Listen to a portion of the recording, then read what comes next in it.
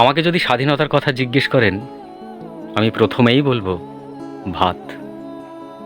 যদি জীবিকার কথা জিজ্ঞেস করেন, আমি আবারও বলবো ভাত। যদি মানুষ ও সভ্যতার কথা জিজ্ঞেস করেন, আমি বলবো পরম করুণাময় ও অশেষ দয়ালু মহান কৃষকের নামে শুরু। আপনি এথেন্সের দার্শনিকের কথা বলতে পারেন এবং দেখাতে পারেন ইউরোপ জুড়ে রেনেসাঁর স্মৃতি। তবু আমি মগজ আর পাকস্থলীর বিতর্কে পা না রেখেই বলবো ভাত।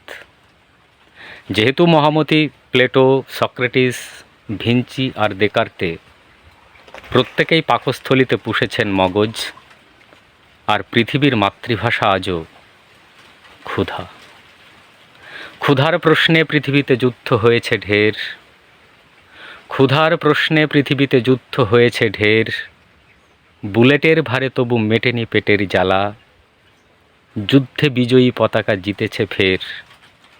তবু কৃষকের সামনে একই শূন্য ভাতের থালা।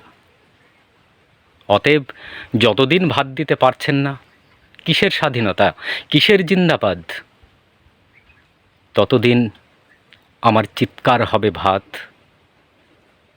আমার সিনেমার নাম হবে ভাত দে হারামজাদা, ততদিন আমার কবিতার নাম হবে ভাতের ভূগোল। এস সুলতান ততদিন আঁকবেন পরিপুষ্ট ভাতের ছবি।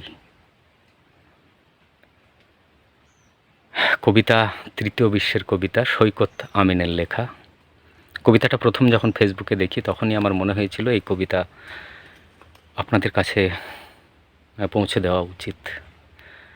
আমার সে ভাবনা থেকে কবিতাটি আপনাদের জন্য রাখলাম এবং আপনাদের মাধ্যমে এই কবিতা সেই সব মানুষের কাছে পৌঁছে যাক যাদের কাছে স্বাধীনতা আর ভাত সমার্থক শব্দ। সেই যে সুকান্ত ভট্টাচার্যের পড়েছিলাম, ক্ষুধার রাজ্যে পৃথিবী গদ্যময়, পূর্ণিমার চাঁদ যেন ঝলসানো রুটি। সেই অবহেলিত, নিপীড়িত, বুভুক্ষ মানুষ যাদের জন্য দুমুঠো ভাত আর স্বাধীনতা সমার্থক শব্দ। ভালো থাকবেন সবাই, ভালো থাকুক পৃথিবীর সব মানুষ।